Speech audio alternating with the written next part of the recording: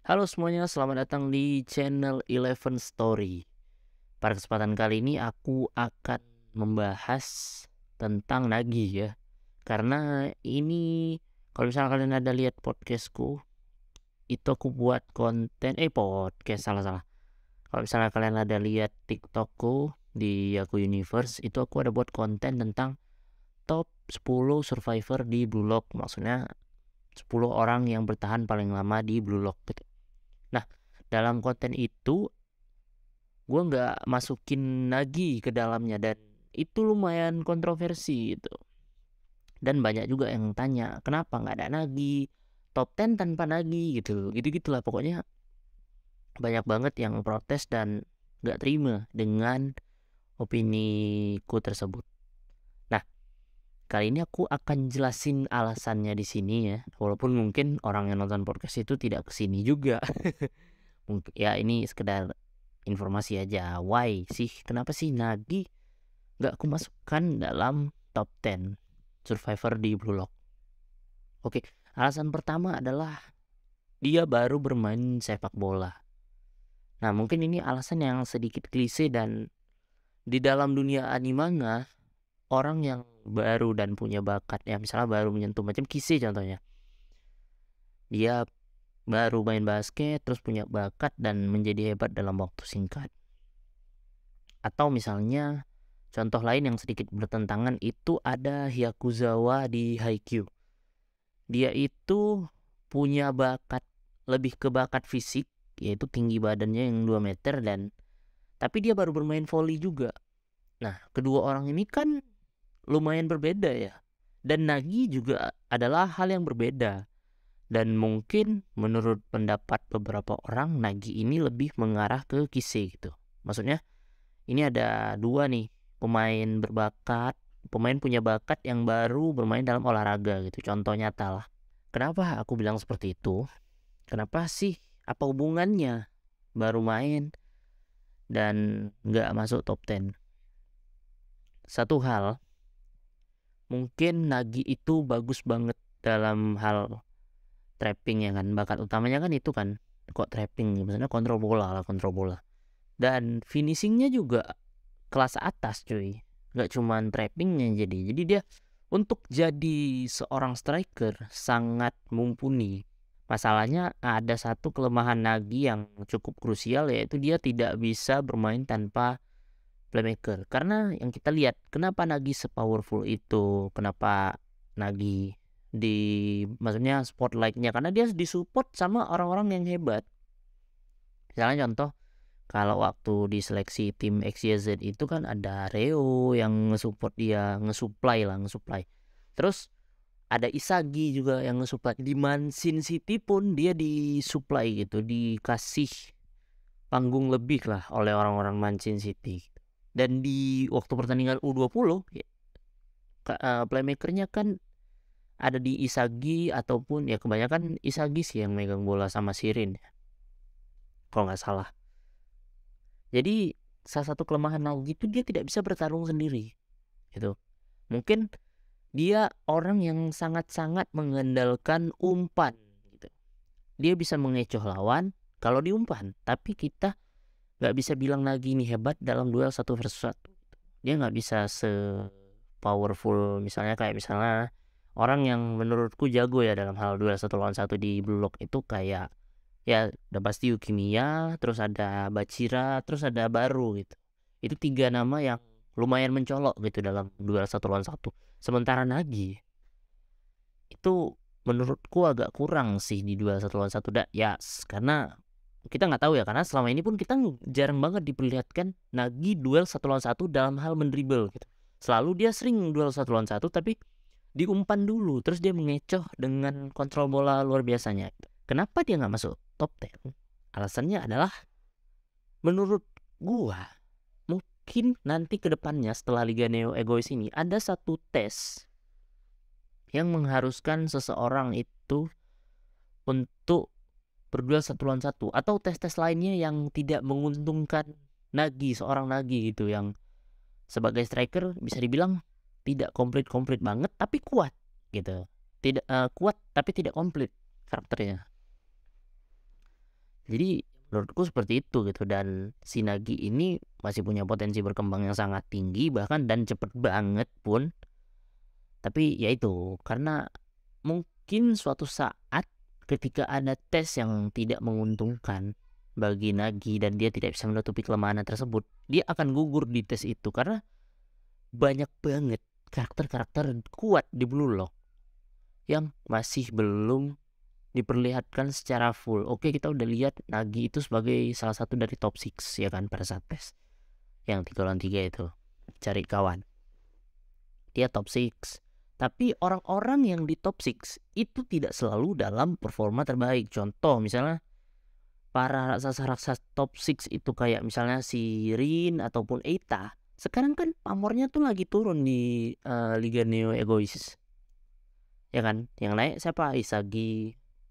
Terus baru gitu-gitu orang yang sama sekali ya bukan siapa-siapa bukan karakter yang terlalu mencolok di seleksi kedua yang ambil kawan. Terus di seleksi yang ini yang finishing yang lawan bot itu kan setelah seleksi pertama itu kan top 3-nya itu ada si Aoshi ya kalau nggak salah namanya Aoshi, terus ada Aryu Jube dan Rin. Aryu Jube sama Aoshi ini misalnya contoh Aoshi aja bahkan nggak terpilih gitu di U20. Jadi setiap pemain itu punya masing-masing privilege lah dalam setiap tes yang mereka jalani. Jadi nggak semua pemain itu selalu kuat dalam satu ujian. Mungkin Nagi termasuk yang jago lah di Liga Neo Egois kan, karena ya udah ini liga yang punya klub profesional, mereka punya midfielder, ada Rio juga di situ. Terus ada defender yang udahlah nggak usah open lagi lah segala macam. Nagi tinggal finishing aja depan gawang. Mungkin Nagi akan naik pamornya di Liga Neo Egois ini. Tapi kita nggak tahu seleksi ke depannya tuh seperti apa gitu. Tes apa yang memberikan ego ke depannya, dan menurutku seperti itu sih. Oke, di alasan kedua, Nagi justru dieliminasi oleh Rio. Semua orang di Blue Lock ini punya motivasi masing-masing, punya ego masing-masing, dan selama ini yang kita lihat ada beberapa pemain yang kekurangan motivasi. Misalnya contohnya Hiyori, terus ada si Kurona yang biasa aja gitu. Maksudnya ya penting aku main bola aja gitu. Atau Bachira gitu yang dia hanya sejauh ini yang kita lihat dia hanya ingin mengikuti orang-orang dengan kapasitas monster yang sama gitu dalam hayalan dia gitu. Dia hanya ingin mengikuti itu insting monsternya. Jadi dia menurutku egonya belum terlalu besar. Beberapa pemain yang egonya belum terlalu besar ini ya, abis itu yang terakhir justru Reo ya kan, yang masih menjadi asister setia bagi Nagi. Nah, beberapa pemain yang egonya belum terlalu terasah ini, atau mereka egonya itu tidak untuk diri sendiri, mungkin suatu saat di tes apa kita nggak tahu. Karena ya kita udah pasti tahu nggak ada orang yang mau keluar dari Blue Lock cuma-cuma. Ya kan?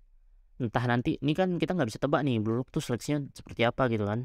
Misalnya disuruh pilih, kalian pasangan berdua, pilihlah temanmu kan, berdua lagi sama Rio, ternyata tesnya ini harus one by one gitu sama teman. Ya kan kita nggak tahu ke depannya ada tes-tes seperti itu kan, namanya ini Battle Royale, unik ceritanya. Kalau misalnya hal-hal kayak gitu terjadi kan kita nggak pernah bisa tebak lah games apa sih yang diberikan sama Blue Lock ini.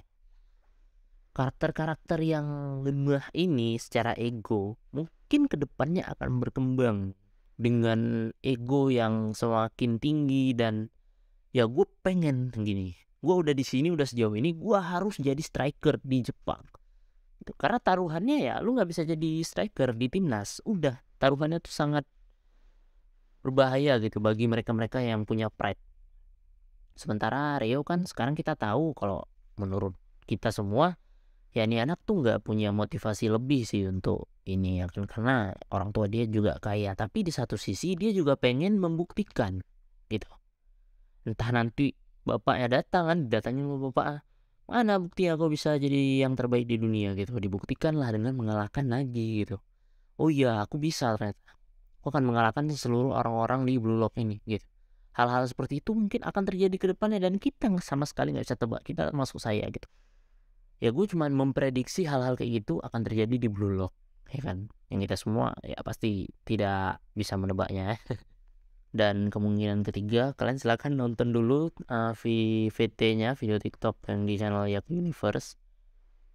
Itu ada 2 karakter yang seharusnya orang-orang tuh mending digeser aja, diganti baru sama Nagi, yaitu karakter yang menurut mereka tuh nggak kuat-kuat banget. Tapi gue yakin orang-orang yang gue masukin di top 10 ini punya potensi untuk melampaui orang-orang di Blue Lock ini gitu. Ya, ada 2 karakter yang sedikit lemah lah terkira di situ. Salah duanya adalah Gagan Maru dan Nico. Gagan Maru itu udah aku bahas di video pertama podcast ini. Dia aku yakin punya potensi dan ini anak tuh Haaland banget gitu. Sementara kita tahu Haaland itu striker terkuat lah di era sekarang setelah era Messi dan Ronaldo gitu kan. Dan ada Mbappe juga. Gagan Maru ini punya potensi kalau misalnya dia main di lini depan itu bakal ngeri banget. Tapi ya tetap balik lagi ya kan, kita nggak tahu tes seperti apa yang akan dilakukan di Blue Lock ke depannya. Terus Nico itu kan versi lightnya Isagi gitu. Dia adalah orang yang pertama kali dikalahkan sama Isagi gitu. Mini boss pertama lah. Mini boss pertama. Dan jarang banget musuh-musuh yang pertama dikalahkan itu berkembang menjadi big villain. Itu jarang, hampir nggak ada. Kayak aku seumur hidup nggak pernah nonton anime yang musuh-musuh pertama dikalahkan itu menjadi big villain. Misal contoh di Naruto ada Zabuza ya. Kita mini bossnya lah di arc pertama. Ada Zabuza, kalau di One Piece ada Alvida. Mereka itu nanti di akhir akan ditampain lagi, tapi biasa aja, nggak sekuat itu juga gitu ibaratnya. Gue punya firasat yang berbeda tentang Nico ini karena potensi dia tuh luar biasa banget gitu. Mungkin sekarang dia lagi sering diplot jadi defender ya di tim mana-mana aja, bahkan di Uber sekalipun. Gak tau lah, kita belum pernah lihat di Uber kan. Tapi kemarin tuh kalau nggak salah gue lihat line up-nya dia ditaruh di lini tengah gitu. Tah itu DMF atau midfielder, center midfielder. Tapi pokoknya gitulah. Ini orang si Nico ini punya potensi untuk menyamai Isagi gitu. Mungkin dia akan memiliki metavision juga atau positioning, mungkin cara mencetak golnya tidak dengan tendangan volley ya kan, bisa jadi sundulan atau apa, chip aja gitu, bisa lah, suka hati lah pokoknya gitu. Jadi 10 karakter yang aku masukin ini antara memang mereka udah kuat banget dan beberapa itu punya potensi untuk berevolusi jadi kuat banget. Dan ya gue nggak masukin beberapa karakter kuat, contohnya baru gue nggak masukin kalau nggak salah ya, ada nggak aku masukin nggak lupa aku. Pokoknya itu posisi 1, 2, 3 tuh ada Rin, Shido, Isagi ya. Terus ada Ryo juga yang lumayan kontroversi karena opini ku Ryo itu sebagai last boss. Oke, jadi begitulah alasan kenapa Nagi tidak ada di top 10 Blue Lock Survival. Tapi kan itu kan videonya kan lama aku buat ya. Habis itu kulihat animenya, wah Nagi tinggi ternyata bangsat 2 meter gitu. Jadi saya agak meragukan karena karena kan dia sering bungkuk gitu kan. Jadi kita nggak tahu dia setinggi itu ternyata.